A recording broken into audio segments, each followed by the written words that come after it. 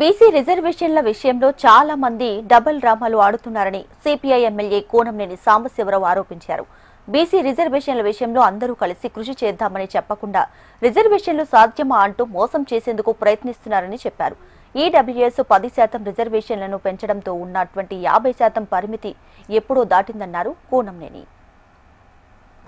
రాష్ట్రంలో కొన్ని ప్రత్యేకమైనటువంటి అంశాలు ఉన్నాయి. ఎన్నికలు వస్తూ ఉన్నాయి. కోర్టు తీర్పు కోసం అందరూ ఎదురు చూస్తూ ఉన్నారు. కోర్టు తీర్పులో అంటే ఒక పిటిషన్ ఒక వ్యక్తి వేయటం వలన ఈ బిల్లులు చెల్లుబాటు అవుతాయా లేదా అనేటువంటి ఒక చర్చ జరుగుతూ ఉంది. బిల్లులకు సంబంధించి ఆ రోజు మేము అందరం కలిసి అన్ని పార్టీలు కూడా ఏకగ్రీవంగానే బిల్లులకి ఆమోదం తెలపడం జరిగింది.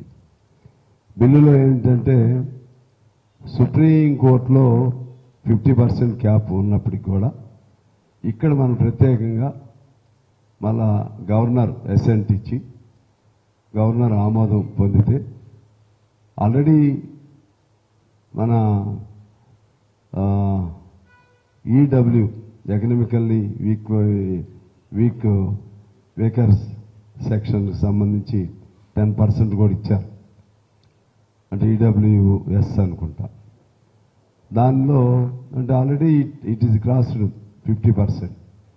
కాబట్టి మనం ఎట్టి పరిస్థితుల్లో కూడా కమ్యూనిస్ట్ పార్టీగా మేము కూడా నిర్ణయం చేశాం. ఆ నిర్ణయానికి అనుగుణంగా అసెంబ్లీలో మేము